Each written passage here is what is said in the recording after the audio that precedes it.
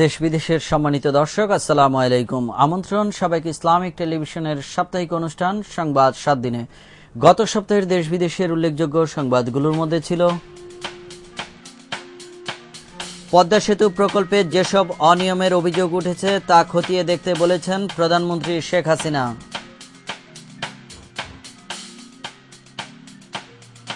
সরকারের পদত্যাগের দাবিতে 27 সেপ্টেম্বর পল্টন ময়দানে সমাবেশের ডাক দিয়েছে বিএনপি।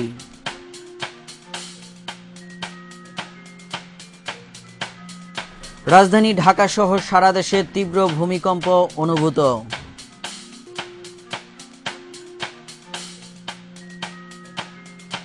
এবং চরম দুর্ভোগ সহ আতঙ্কে দিন কাটাচ্ছে লিবিয়ার হাজার হাজার মানুষ।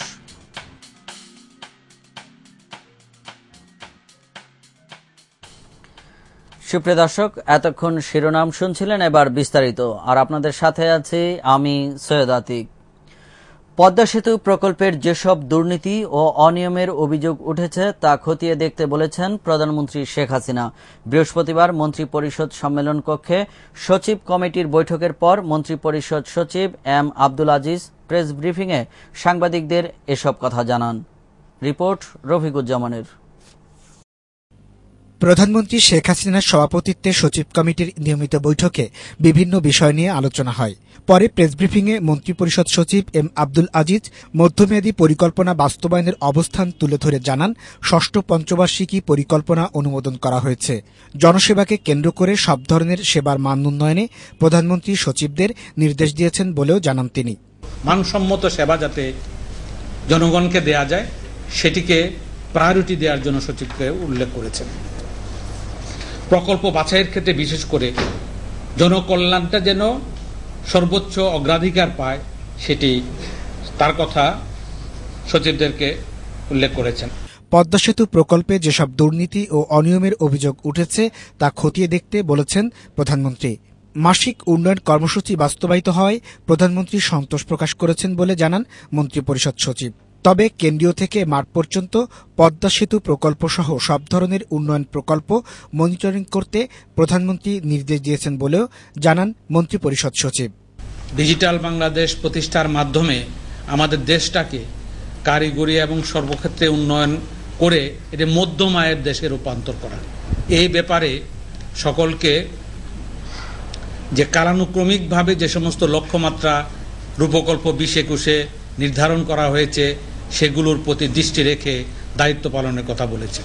রাস্তাঘাট মেরামত কাজে অগ্রাধিকার ভিত্তিতে কাজ করার সুযোগ ছিল উল্লেখ করে প্রধানমন্ত্রী সচিবদের বলেন, অর্থ সংকট থাকলেও গুরুত্ব নির্ধারণ করে অগ্রাধিকার ভিত্তিতে কাজ করতে হবে। Rafiquzzaman, Islamic television, Dhaka. পদ্মা সেতু সহ যোগাযোগ মন্ত্রণালয়ের অন্যান্য দুর্নীতির অভিযোগ তদন্তে মাঠে নেমেছে দুর্নীতি দমন কমিশন দুদক। ইসলামিক টেলিভিশনকে দেওয়া একান্ত সাক্ষাৎকারে দুদক চেয়ারম্যান গোলাম রহমান জানিয়েছেন, তদন্তে যোগাযোগ মন্ত্রণালয়ের দুর্নীতি প্রমাণিত হলে দায়ীদের বিরুদ্ধে আইনানুগ ব্যবস্থা নেওয়া হবে। জাহিদুল ইসলামের রিপোর্ট। দেশের ক্রমবর্ধমান সড়ক দুর্ঘটনা এবং যোগাযোগ ব্যবস্থার নাজুক পরিস্থিতির জন্য বেশ কয়েকদিন ধরেই আলোচনা এবং সমালোচনার কেন্দ্রবিন্দুতে রয়েছেন যোগাযোগ মন্ত্রী সৈয়দ আবুল হোসেন। এর উপর কিছুদিন আগে বার্তা সংস্থা উইকলিসিও পদ্মা সেতু এবং যোগাযোগ মন্ত্রণালয়ের অন্যান্য দুর্নীতি নিয়ে প্রতিবেদন প্রকাশ করে। যোগাযোগ মন্ত্রণালয়ের এসব অনিয়ম এবং দুর্নীতি নিয়ে সোচ্চার দেশের বিভিন্ন শ্রেণী পেশার মানুষও। দুদক চেয়ারম্যান জানিয়েছেন, যোগাযোগ মন্ত্রণালয়ের বিরুদ্ধে আনিত এসব অভিযোগ তদন্তে মাঠে নেমেছে দুর্নীতি দমন কমিশন। পদ্মা সেতু একটা জাতীয় অগ্রাধিকার প্রাপ্ত প্রকল্প। একটা অভিযোগ এসেছে পরামর্শক নিয়োগের ক্ষেত্রে। যেহেতু এর স্বচ্ছতার একটি প্রশ্ন উঠেছে, কমিশন এই বিষয়টি অনুসন্ধান সিদ্ধান্ত নিয়েছে। যোগাযোগ মন্ত্রণালয়ের আরেকটা অভিযোগ আসছে যে সড়কের বেহাল অবস্থা। অন্যদিকে বিআরটি এর ক্ষেত্রে লাইসেন্স দেওয়ার ক্ষেত্রে অনিয়ম দুর্নীতি হচ্ছে। এগুলি দেখার জন্য আমরা রোডস অ্যান্ড হাইওয়ে ডিপার্টমেন্টে প্রাতিষ্ঠানিক দুর্নীতির অনুসন্ধানের জন্য একটি টিম গঠনের সিদ্ধান্ত নিয়েছি।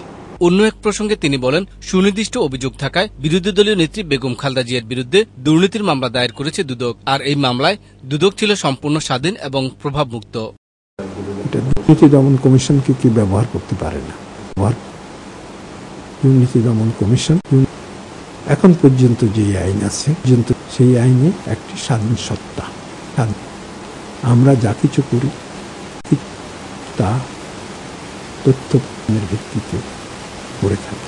শেয়ার কেলেঙ্কারির সাথে জড়িত থাকার অভিযোগে ইতিমধ্যে সরকারি বিভিন্ন সংস্থার কর্মকর্তাদের বিরুদ্ধে 5টি মামলা দায়ের করা হয়েছে বলেও জানান দুদক চেয়ারম্যান। সুনির্দিষ্ট অভিযোগ পেলে এই বিষয়ে আরও তদন্ত করা হবে বলেও জানান তিনি। জাহিদুল ইসলাম, ইসলামিক টেলিভিশন, ঢাকা। দেশ রক্ষায় জুলুমবাজ আওয়ামী লীগ সরকারের পদত্যাগ এবং তত্ত্বাবধায়ক সরকারের অধীনে নির্বাচনের দাবিতে 27 সেপ্টেম্বর পল্টন ময়দানে সমাবেশের ডাক দিয়েছে বিএনপি। রাজপথে কঠিন সংগ্রাম গড়ে তোলার জন্য নতুন কর্মসূচির ঘোষণা করবেন বিএনপি চেয়ারপারসন বেগম খালেদা জিয়া। রোববার নয়াপল্টনে এক সংবাদ সম্মেলনে দলের ভারপ্রাপ্ত মহাসচিব মির্জা ফখরুল ইসলাম আলমগীর এসব কথা জানান। মাইদুর রহমান রুবেলের রিপোর্ট। বিএনপি আয়োজিত সংবাদ সম্মেলনে দলের ভারপ্রাপ্ত মহাসচিব মির্জা ফখরুল দেশের বর্তমান পরিস্থিতি তুলে ধরে বলেন, দেশ এখন চরম ক্রান্তিকাল অতিক্রম করছে। সামগ্রিকভাবে দেশ পরিচালনা সরকার সম্পূর্ণ ব্যর্থ বলেও দাবি তার। সরকারকে অত্যাচারী জুলুমবাজ আখ্যায়িত করে দেশ রক্ষায় সরকারের পদত্যাগের দাবিতে 4 দলীয় জোটের সমাবেশের ঘোষণা দেন তিনি। এই জুলুমবাজ, দখলবাজ, অত্যাচারী আওয়ামী সরকারের পদত্যাগ এখন খুব বেশি জরুরি। এই সরকারের বিরুদ্ধে রাজপথে কঠিন সংগ্রাম গড়ে তোলার জন্য বিএনপির নেতৃত্বে 4 দলীয় জোট ও সমমনা রাজনৈতিক দলগুলোর সংগ্রামের অংশ হিসেবে আগামী 27 সেপ্টেম্বর ঐতিহাসিক পল্টন ময়দানে সমাবেশ অনুষ্ঠিত হবে। পরবর্তী কর্মসূচি ঘোষণা করবেন দেশনেত্রী বিএনপির চেয়ারপারসন বেগম খালেদা জিয়া। বর্তমান সরকার নির্বাচনের প্রতিশ্রুতি ভুলে গিয়ে দেশ ও জনগণের স্বার্থ জলাঞ্জলি দিয়ে দলীয় সরকারের অধীনে নির্বাচন দিয়ে দীর্ঘদিন ক্ষমতায় থাকার দিবাস্বপ্নে বিভোর বলেও মন্তব্য করেন তিনি। দেশের স্বার্থ, জনগণের স্বার্থ জলাঞ্জলি দিয়ে নিজের ব্যক্তিগত অভিলাষ চরিতার্থ করতেই প্রধানমন্ত্রী সবচেয়ে বেশি ব্যস্ত হয়েছেন। জনগণের ভোটের অধিকার কেড়ে নিয়ে একতরফা অন্যায় ও গায়ের জোরে নির্দলীয় নিরপেক্ষ তত্ত্বাবধায়ক সরকার পদ্ধতি বাতিল করে আগামী নির্বাচন নিজেদের অধীনে করে দীর্ঘদিন ক্ষমতায় থাকার এখন একটি দিবা স্বপ্নে তারা বিভোর হয়ে আছেন। পল্টন ময়দানে ডাকা সমাবেশে বাধা না দিয়ে সরকারকে গণতান্ত্রিক আচরণের পরিচয় দেওয়ার আহ্বান জানান মির্জা ফখরুল। Maidur Rahman Rubel, Islamic television, Dhaka. রাজধানী ঢাকা সহ সারা দেশে তীব্র ভূমিকম্প অনুভূত হয়েছে। রোববার সন্ধ্যা 6:42 এ ভূমিকম্প অনুভূত হয়।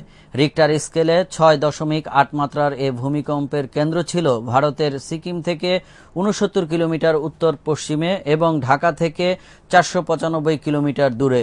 এ ভূমিকম্পের স্থায়িত্ব ছিল 2 মিনিট। ভূমিকম্প শুরুর পর রাজধানী সহ দেশের বিভিন্ন স্থানে মানুষের মধ্যে আতঙ্ক বিরাজ করে। এ পর্যন্ত বাংলাদেশের সর্বোচ্চ মাত্রার ভূমিকম্প এটি। সন্ধ্যা তখন 6:42। ঘরে থাকা মানুষ আকস্মিক ঝাঁকুনি অনুভব করেন। এরই মধ্যে সকলেই নিশ্চিত হন এ ঝাঁকুনি আসলেই ভূমিকম্পের কারণে। সাথে সাথে রাজধানী সহ দেশবাসীর মধ্যে আতঙ্ক ছড়িয়ে পড়ে। বিশেষ করে বহুতল ভবনগুলোতে কান্নাকাটি শুরু হয়ে যায়। রাজধানী ঢাকায় শত শত লোক রাস্তায় নেমে আসে। ঘরের বিভিন্ন আসবাবপত্র পড়ে যায়। United states geological survey record অনুযায়ী ভূমিকম্পটি হচ্ছে সিকিমে, ইন্ডিয়ান স্টেট অফ সিকিম।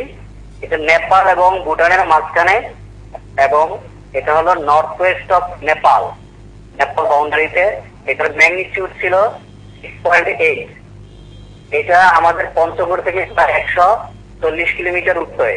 এটার ইন্টেন্সিটি মানে যে কম্পনের যে তীব্রতা, এটা আমাদের সবচেয়ে বেশি হয়েছে পঞ্চগড়ে। এটা মানে রেকর্ড মধ্যে তীব্রতা ছিল 4 এবং ঢাকা থেকে সিদ্ধতা তাদের রেকর্ড মধ্যে 3। এটার আধা ঘন্টা পরে আরেকটা আত্মহত্যা ছিল, এটার ম্যাগনিটিউড ছিল 4.8। প্রায় 2 মিনিট স্থায়ী ভূমিকম্পে গোটা দেশ কেঁপে ওঠে। ভারতের সিকিমে এই ভূমিকম্পের উৎপত্তি। আবহাওয়া অধিদপ্তর জানায়, বাংলাদেশে ভূমিকম্পের মাত্রা ছিল রিক্টার স্কেলে 6.8। ভূমিকম্পের জন্য রাজধানীর কয়েকটি ভবনে ফাটল দেখা দেয়। 6.8 মাত্রার ভূমিকম্প, এটা বড় ধরনের একটা ভূমিকম্প, কিন্তু এটা দূরান্তের জন্য ঢাকাতে এর ইন্টেন্সিটি ততটা হয় না, কিন্তু যতটুকু হয়েছে কিছু লো ল্যান্ড এরিয়া যেগুলা ঢাকার, ওইখানে ইন্টেন্সিটি কিন্তু আরো বেশি মানুষ অনুভব করছে। এছাড়া পঞ্চগড়, ঠাকুরগাঁও, বগুড়া, গাইবান্ধা, রংপুর, কুড়িগ্রাম, বরিশাল ও ফরিদপুর সহ দেশের বিভিন্ন জেলাতেও ভূমিকম্পে মানুষের মধ্যে আতঙ্ক ছড়িয়ে পড়ে বলে আমাদের সংবাদদাতারা জানিয়েছেন। Rafiquzzaman, Islamic television, Dhaka. সুপ্রিয় দর্শক, আপনারা দেখছেন সংবাদ 7 দিন। এ পর্যায়ে নিচ্ছে ছোট্ট একটি বিজ্ঞাপন বিরতি।